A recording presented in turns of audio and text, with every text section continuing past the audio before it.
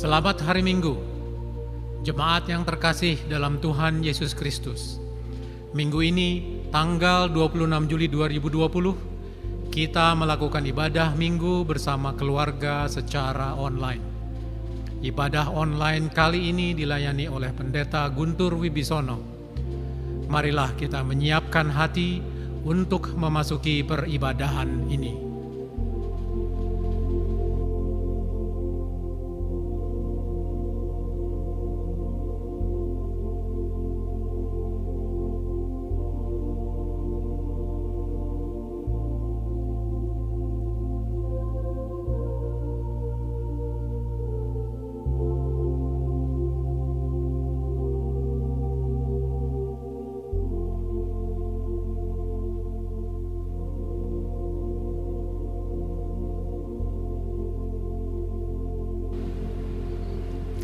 Seperti ada tertulis, betapa indahnya kedatangan mereka yang membawa kabar baik.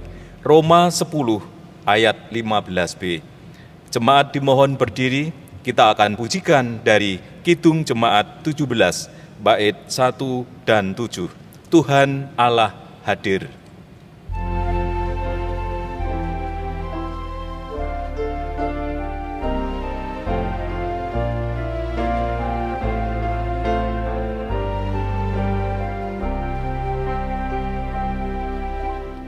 Tuhan Allah hadir pada saat ini, hai sembah sujud di sini.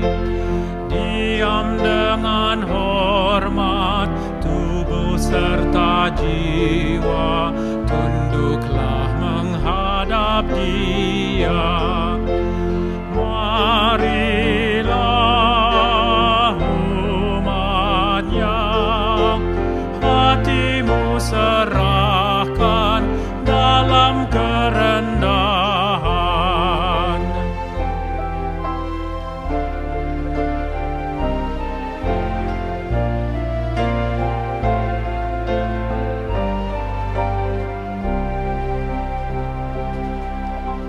Jadikanlah aku hamba bersahaja dalam damai dan sejahtera.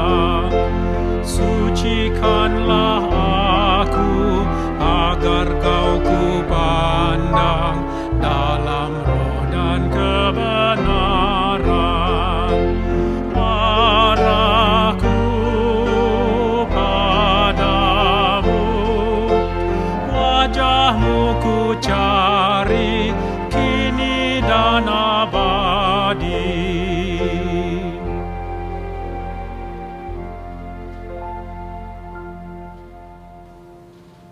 Ibadah ini berlangsung di dalam nama Tuhan, Allah Bapa, Putra dan Roh Kudus.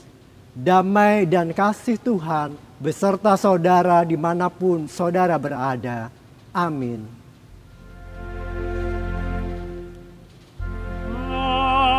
Amin. Amin. Amin.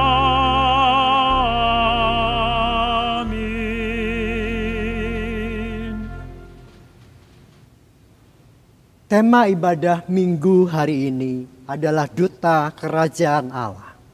Maka firman Tuhan yang melandasinya diambil dari Matius pasal 13 ayat 31 sampai dengan 32.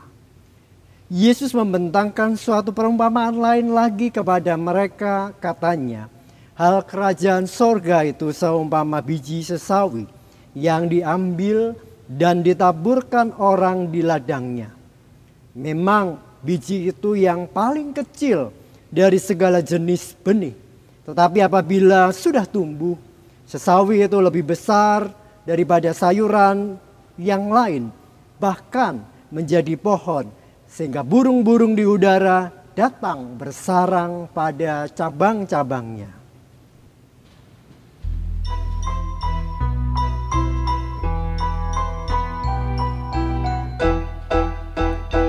Masih banyak orang berjalan dalam kuasa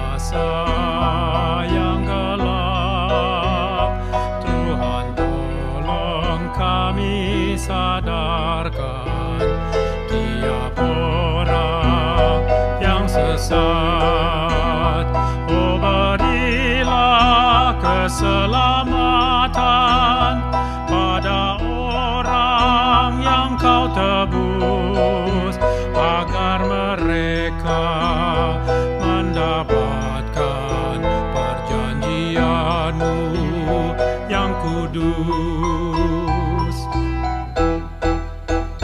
Andai kata dulu murid-Mu tidak sudi bekerja mengabarkan cinta kasih-Mu pada dunia bercela, maka Injil yang kau berikan pasti kini tak tersebar, sehingga dunia akan hilang, tetap berdosa bercemar.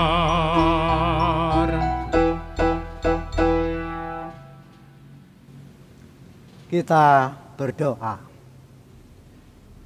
Ya Allah yang kudus, sumber kehidupan kami, tempat kami bernaung. Kami datang ke hadirat-Mu dari tempat kami masing-masing, bersehati sebagai jemaat yang sudah Tuhan pelihara di kehidupan kami. Masih dalam keadaan ataupun kondisi pandemi yang tidak menyurutkan hati kami untuk menyembah Tuhan.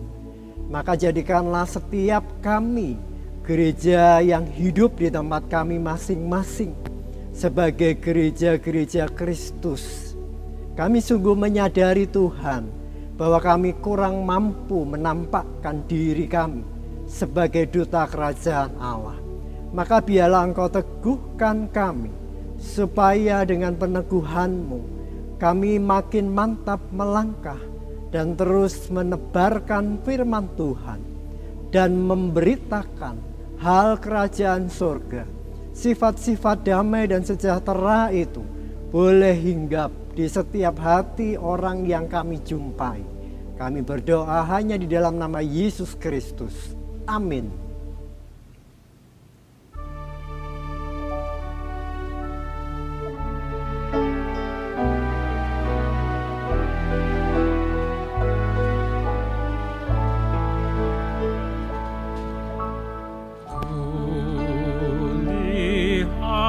Salib-Mu, ya juru selamatku, di Golgota.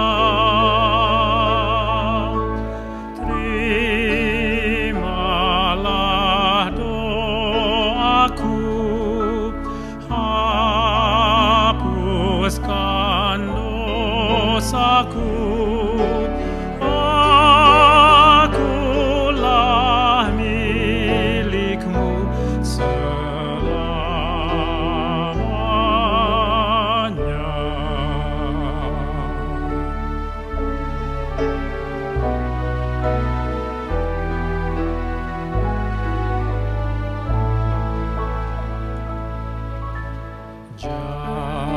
Jadikan kuasa-Mu di dalam hatiku, api kudus,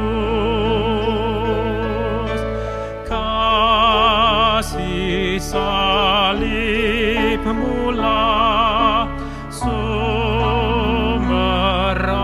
anugerah, cintaku selamanya kepadamu.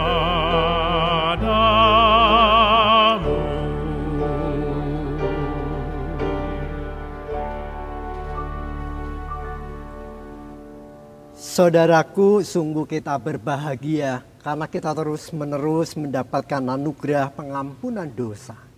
Maka terimalah berita anugerah dari Roma 8 ayat 16-17. Roh itu bersaksi bersama-sama dengan roh kita bahwa kita adalah anak-anak Allah. Dan jika kita adalah anak, maka kita juga adalah ahli waris. Maksudnya orang-orang yang berhak menerima janji-janji Allah yang akan menerimanya bersama-sama dengan Kristus, yaitu jika kita menderita bersama-sama dengan Dia, supaya kita juga dipermuliakan bersama-sama dengan Dia. Demikianlah berita anugerah dari Tuhan. Syukur kepada Allah. Saudara, Tuhan telah mengampuni dan mempersatukan kita. Oleh karena itu marilah kita hidup dalam damai dan pengampunan. Damai Tuhan beserta saudara.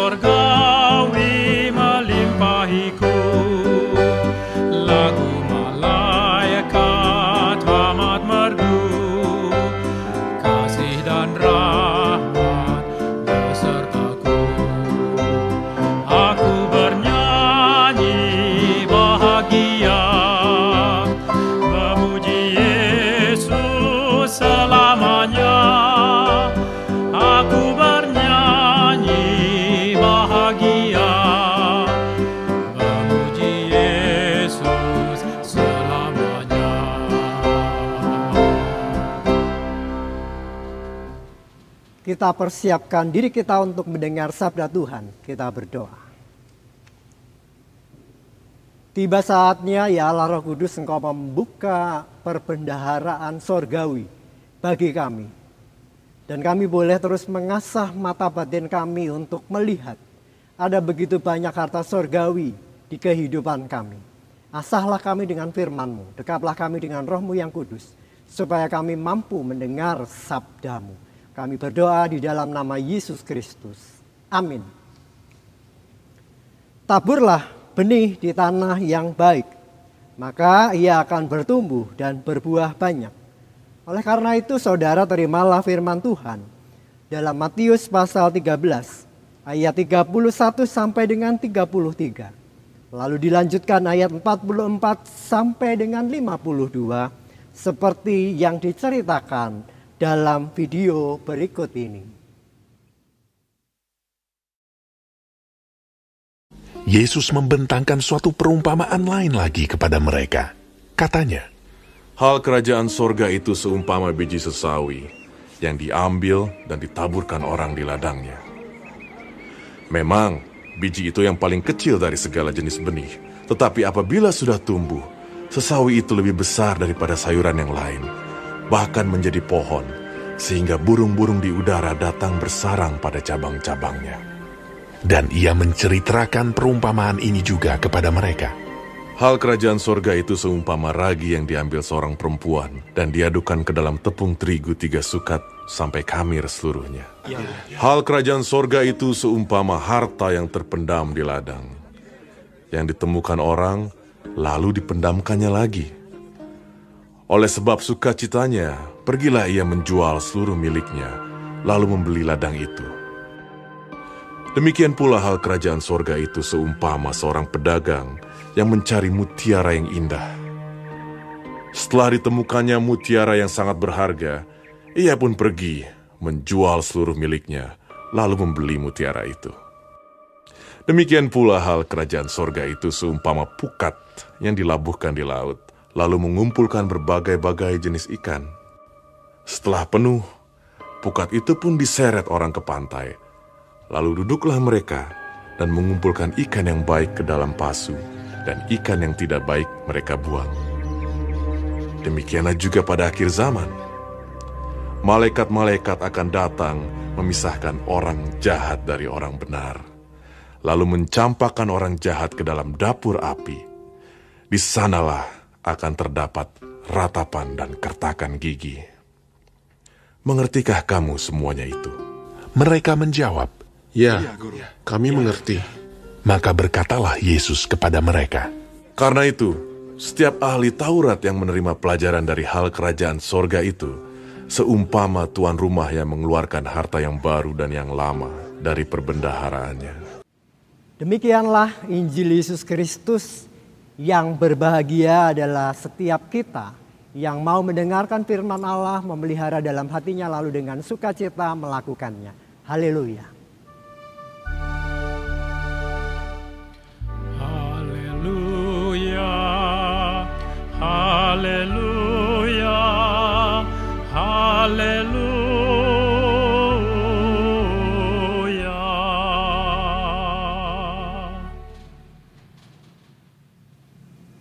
Saudara, dalam sebuah tema duta kerajaan Allah.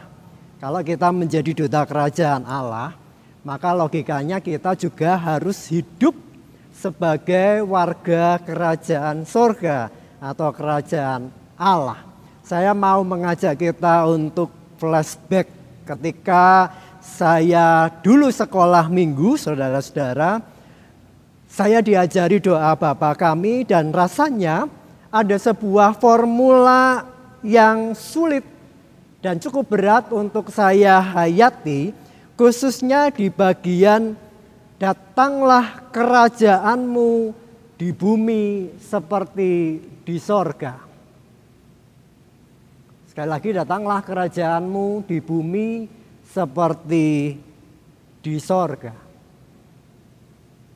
Bagaimana bisa saya yang masih kanak-kanak lalu disuruh minta sama Tuhan supaya kerajaan sorga itu cepat-cepat datang di dunia.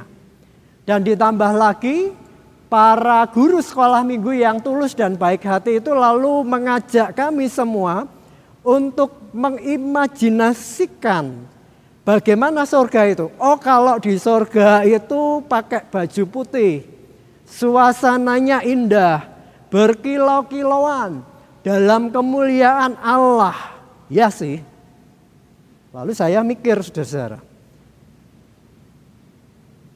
belum menikah, belum bekerja, masih punya banyak cita-cita, kok diminta supaya kerajaan surga itu cepat-cepat datang.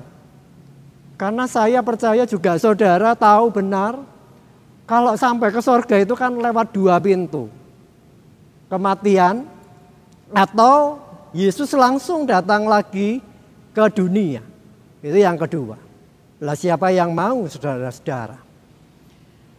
Mungkinkah ini juga menjadi pemikiran banyak orang? Kita tahu bahwa kita memiliki dua kewarganegaraan. Yang pertama, secara hukum negara kita warga negara Indonesia, iya. Lalu kita meyakini dalam firman Allah bahwa saudara dan saya adalah warga kerajaan surga yang diutus menjadi duta-duta kerajaan Allah di dunia ini. Tetapi pada prakteknya lalu kita membagi dua. Oh, yang saat ini adalah urusan dunia. Padahal jelas hal kerajaan sorga seperti yang Yesus ajarkan, datanglah kerajaanmu di bumi seperti di sorga.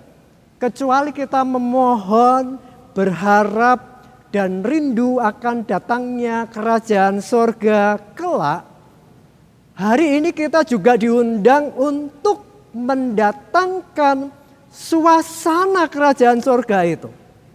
Kingdom of God, Kingship of God. sekarang ini yang dikerjakan Allah dan sedang dan terus-menerus digenapi sampai kelak penggenapannya secara sempurna.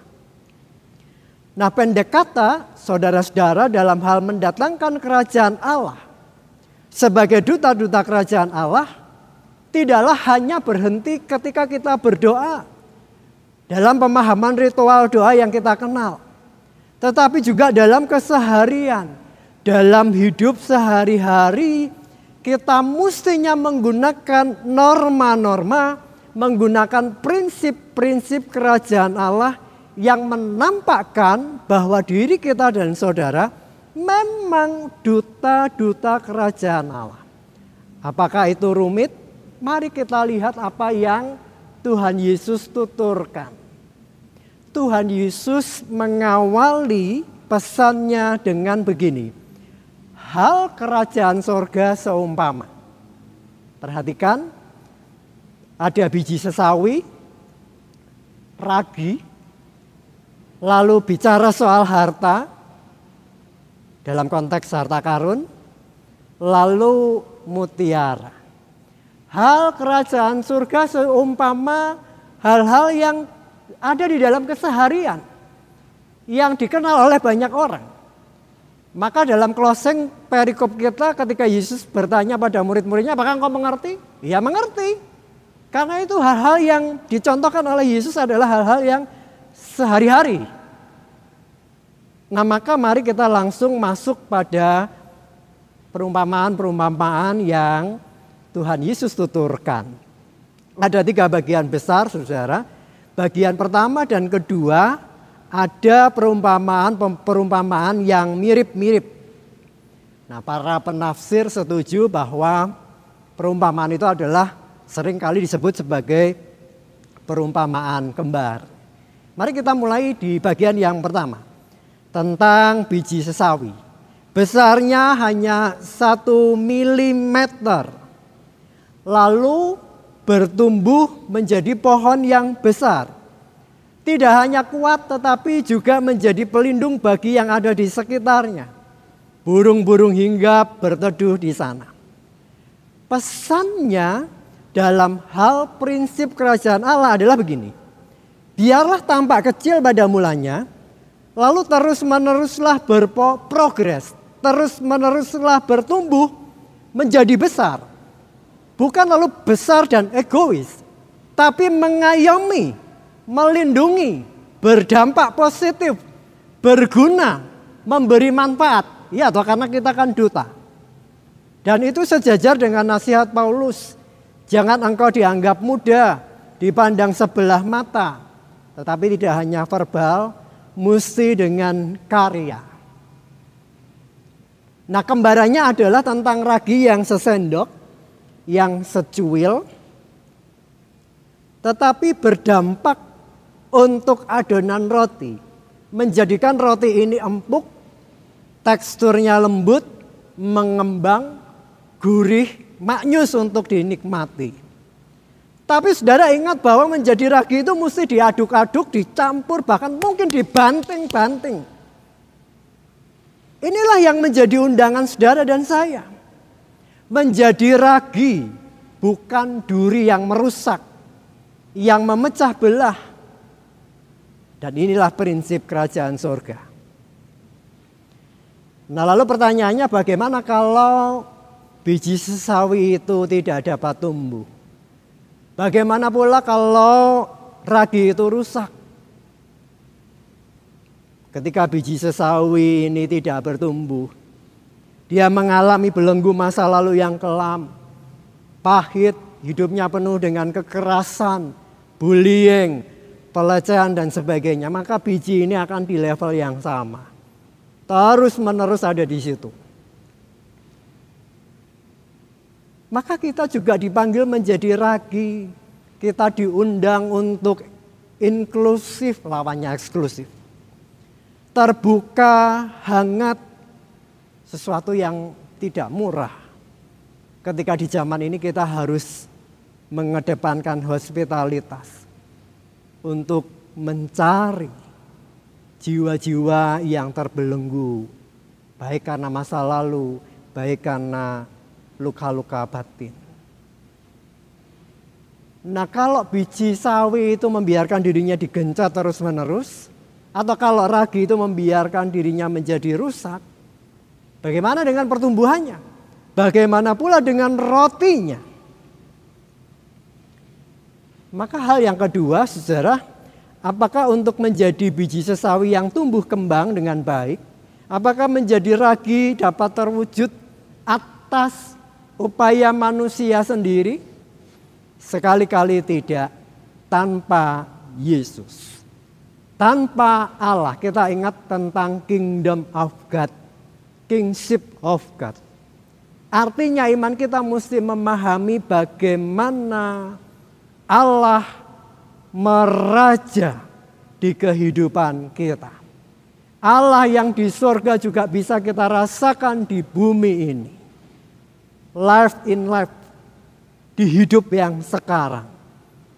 Yang kita yakini bahwa Allah sepenuh-penuhnya memerintah, hadir, dan memungkinkan suasana surga, prinsip-prinsip kerajaan surga, norma-norma surga hadir dan berdampak di kehidupan saudara dan saya, lalu mendorong kita menjadi duta-duta Allah bagi sesama, sekalipun dalam kelemahan, dalam kerapuhan saudara dan saya.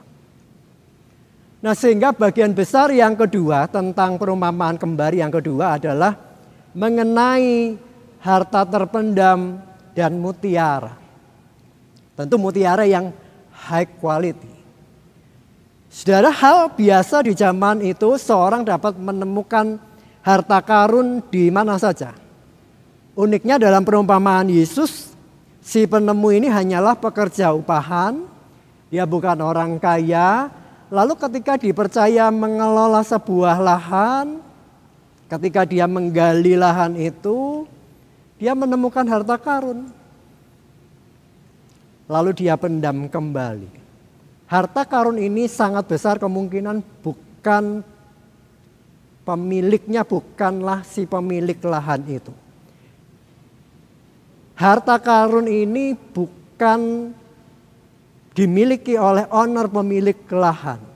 Seperti kasus yang pernah terjadi di Indonesia ketika tukang-tukang membangun kolam, dia menemukan emas banyak di satu tempat, dia bawa kabur, lalu viral, ketahuan, dan kemudian malah diperkarakan. Bukan seperti itu. Ini berbeda dengan yang ada di Injil. Harta terpendam itu bukan milik sang empunya lahan.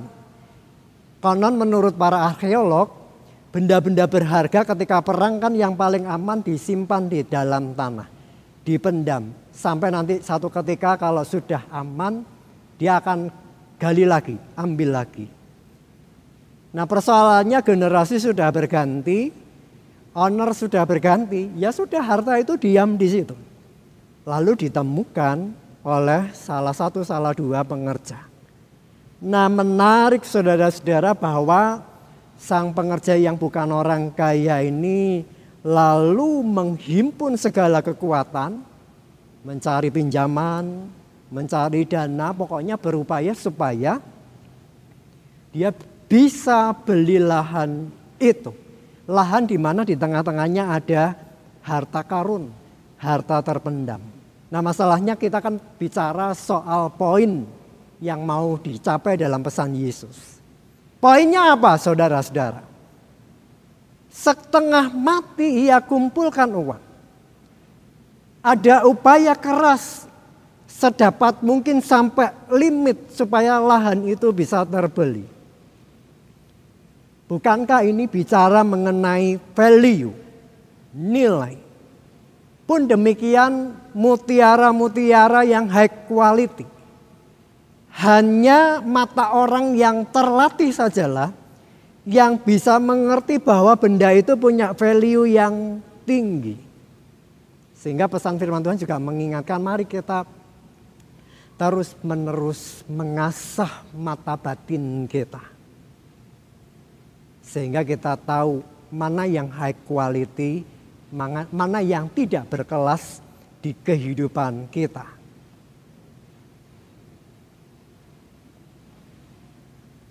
Nah, sehingga saudara menjadi challenge kepada kita, menantang buat kita saat ini.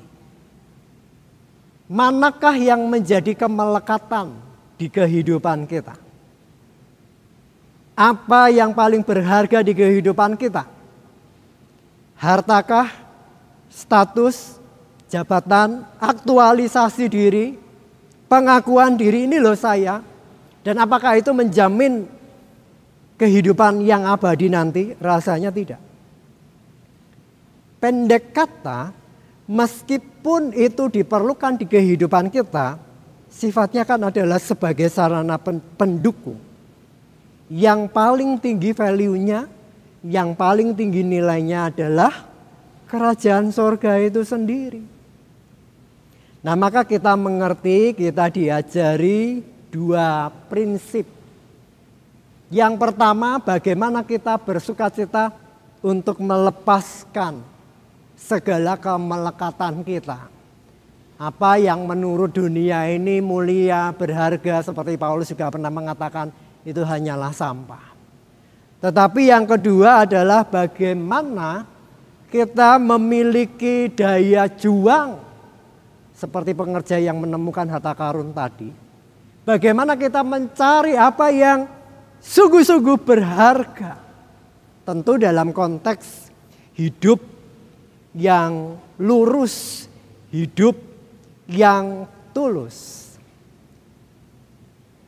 Saudara, sebuah kisah, ada seorang yang tengah meniti karir sebagai pimpinan di sebuah perusahaan milik negara. Tiba-tiba oleh atasannya dia disodori untuk tanda tangan sebuah proposal fiktif. Dan dia menolak. Lalu atasannya berkata, kalau kau tak mau tanda tangan, nanti kau yang repot. Lalu katanya pada atasannya, oh jadi Pak, kalau begitu saya maju kena, mundur kena. Ya sudah, saya maju saja. Maksudnya teguh pada pendiriannya.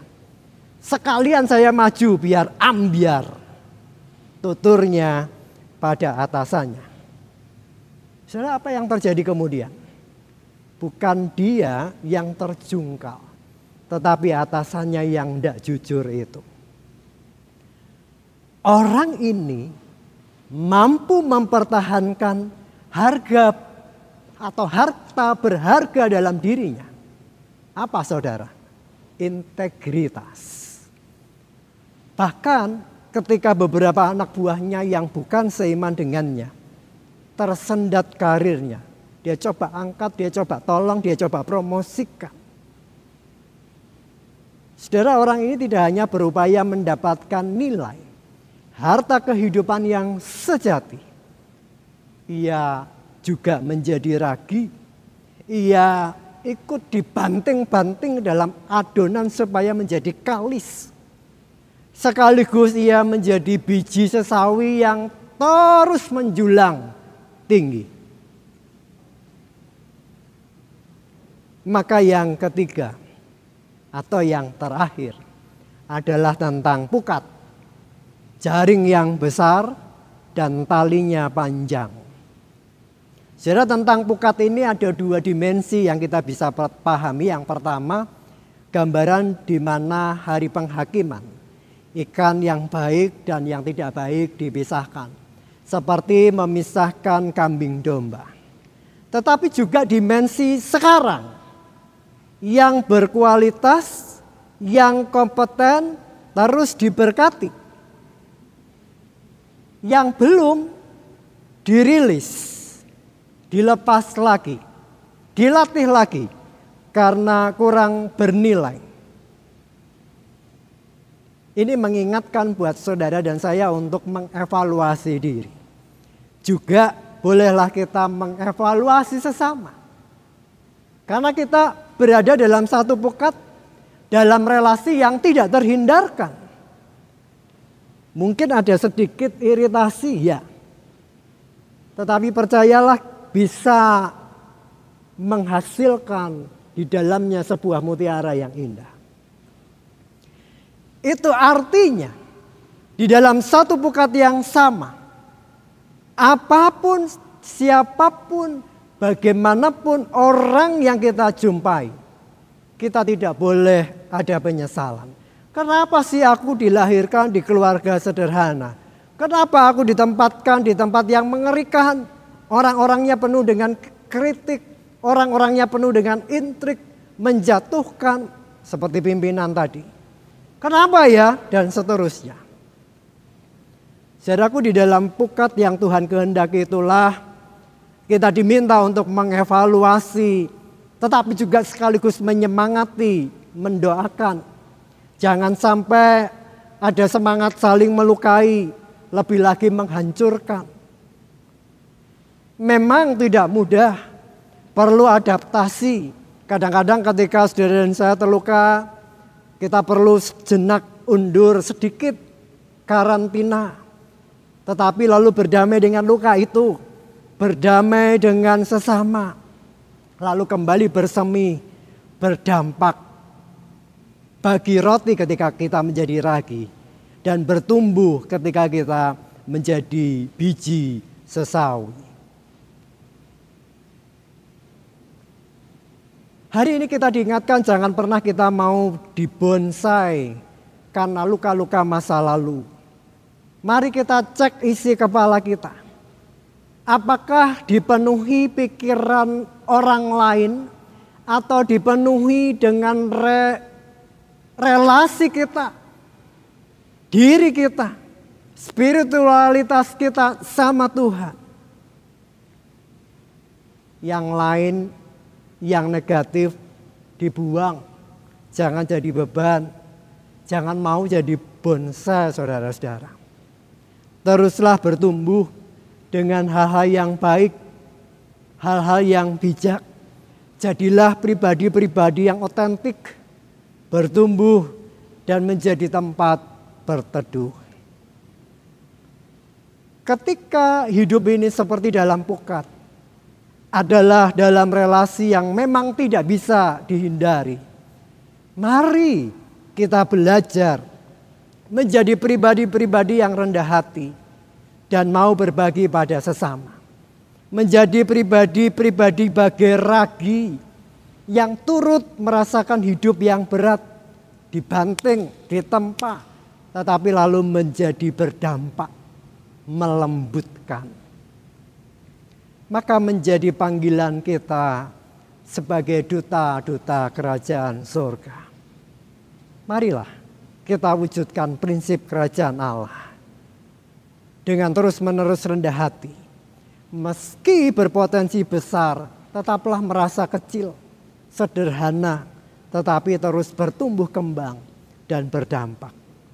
Yang kedua, saya mau tegaskan lagi, mari kita lepaskan segala keterikatan kita, kelekatan kita, entah itu status sosial, harta benda dan sebagainya. Dan terus menerus dalam satu pukat hidup berdamai dan berbagi pada sesama. Dengan demikian kita sungguh-sungguh mempraktikkan sebagai duta-duta kerajaan Allah yang menghadirkan kedamaian, sifat-sifat Allah yang meraja, mengayomi, melindungi, menjamin hidup kita sekarang ini dan nanti. Amin. Tuhan Yesus memberkati.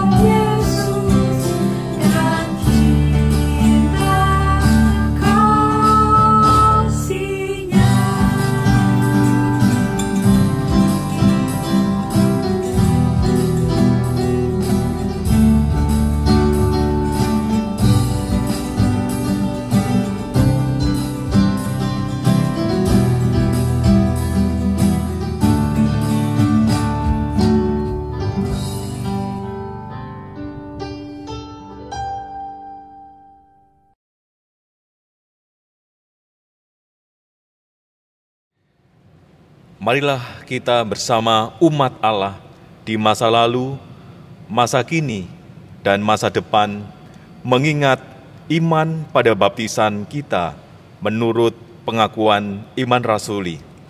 Aku percaya kepada Allah, Bapa yang Maha Kuasa, Khalik langit dan bumi, dan kepada Yesus Kristus, Anaknya yang tunggal, Tuhan kita, yang dikandung daripada Roh Kudus, lahir dari anak darah Maria, yang menderita sengsara di bawah pemerintahan Pontius Pilatus, disalibkan, mati dan dikuburkan, turun ke dalam kerajaan maut.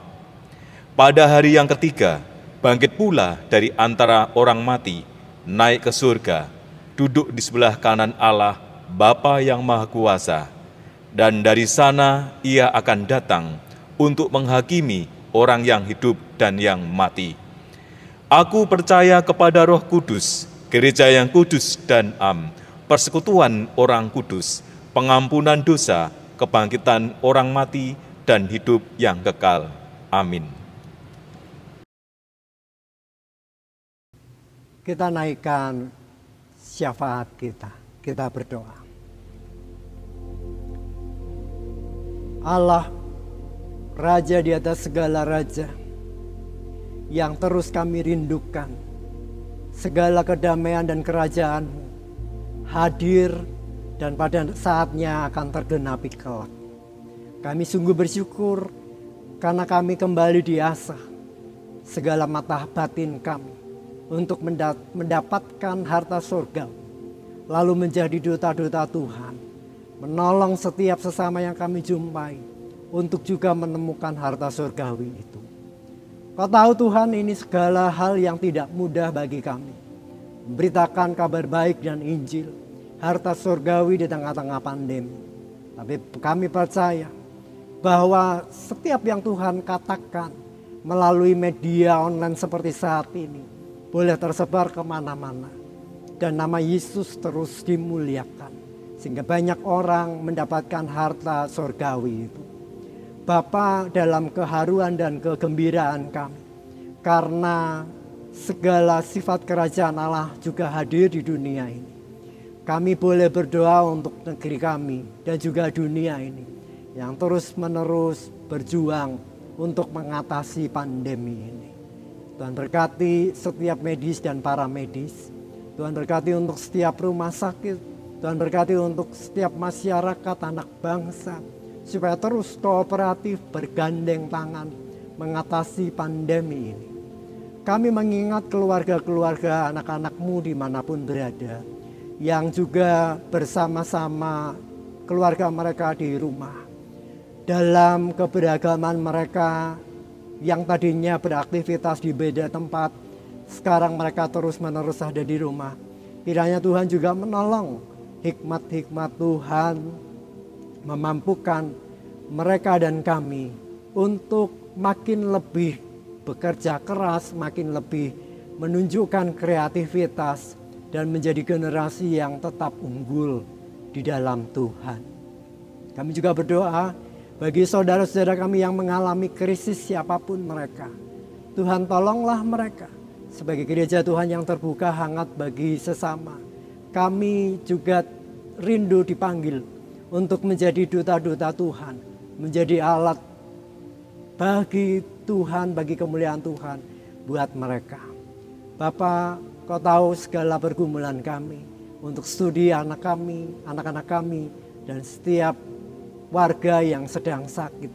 Biarlah kami percayakan segala kelemahan kami, juga pengharapan kami hanya kepada penasihat kami yang ajaib, Tuhan dan Juru Selamat kami, Yesus Kristus, kami berdoa. Amin.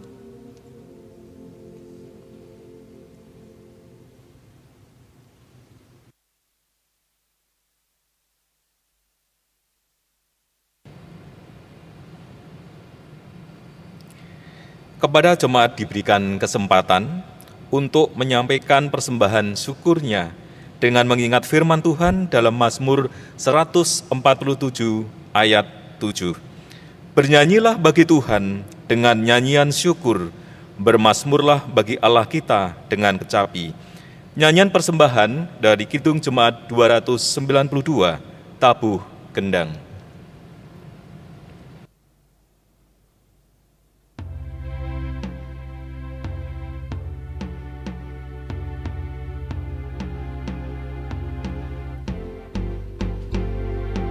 Tabuh gendang sambil menari, nyanyikan lagu yang merdu, bunyikanlah gambus kecapi, mari memuji Allahmu. Karya besar yang agung benar telah dilakukannya terhadap umatnya.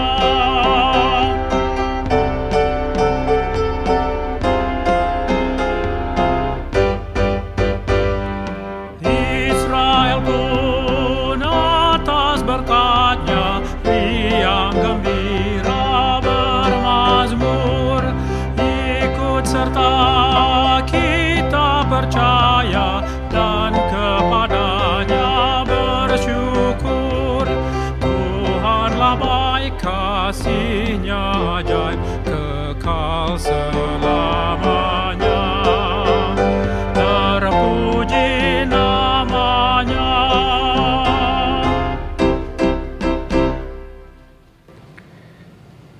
Kita berdoa. Tuhan Allah Bapa kami yang bertahta dalam kerajaan surga yang mulia, terima kasih Tuhan atas anugerah kemurahan-Mu. Kami datang pada saat ini tidak dengan tangan hampa, tetapi dengan rezeki pemberian-Mu ya Tuhan. Dan bila dibanding dengan berkat-Mu tidak seberapa, berkati persembahan kami Tuhan, sucikan sehingga berguna bagi keluhuran nama-Mu Bapa. Terima kasih Tuhan, berkati tangan-tangan yang mengelolanya Bapa. Kami serahkan persembahan ini dalam kasih-Mu, dalam Yesus kami berdoa. Haleluya. Amin.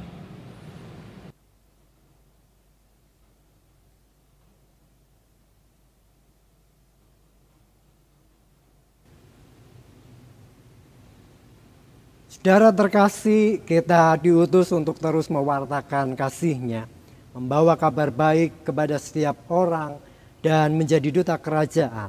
Percayalah, Tuhan selalu menyertai kita.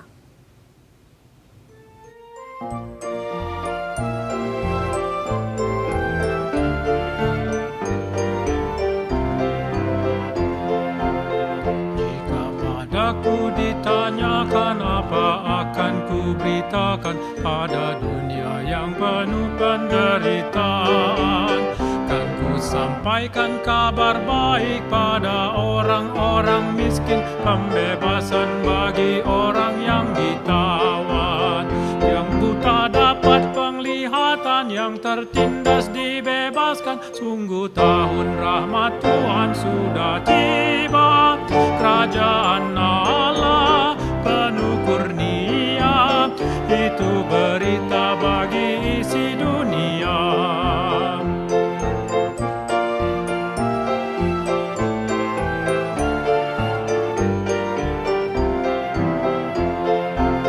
Jika padaku ditanyakan apa akan ku sampaikan pada dunia yang penuh dengan cobaan.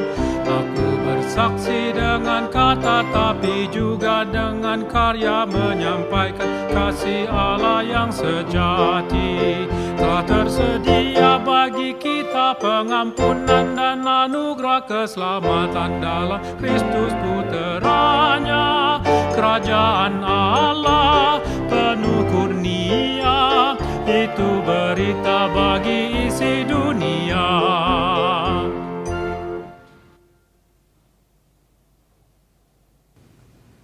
Arahkanlah hatimu kepada Tuhan dan terimalah berkat-Nya. Kiranya kasih karunia Tuhan Yesus dan kasih Allah dan persekutuan Roh Kudus menyertai saudara sekalian. Amin.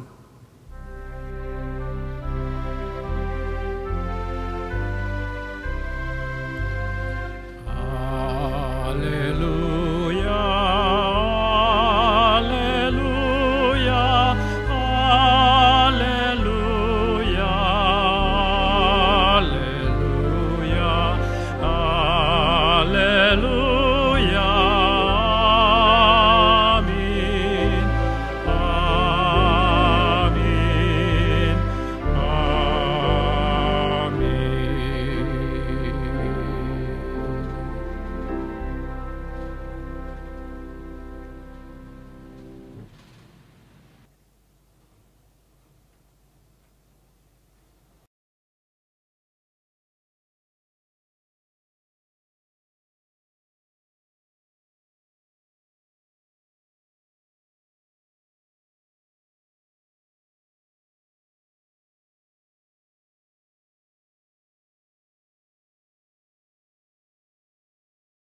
di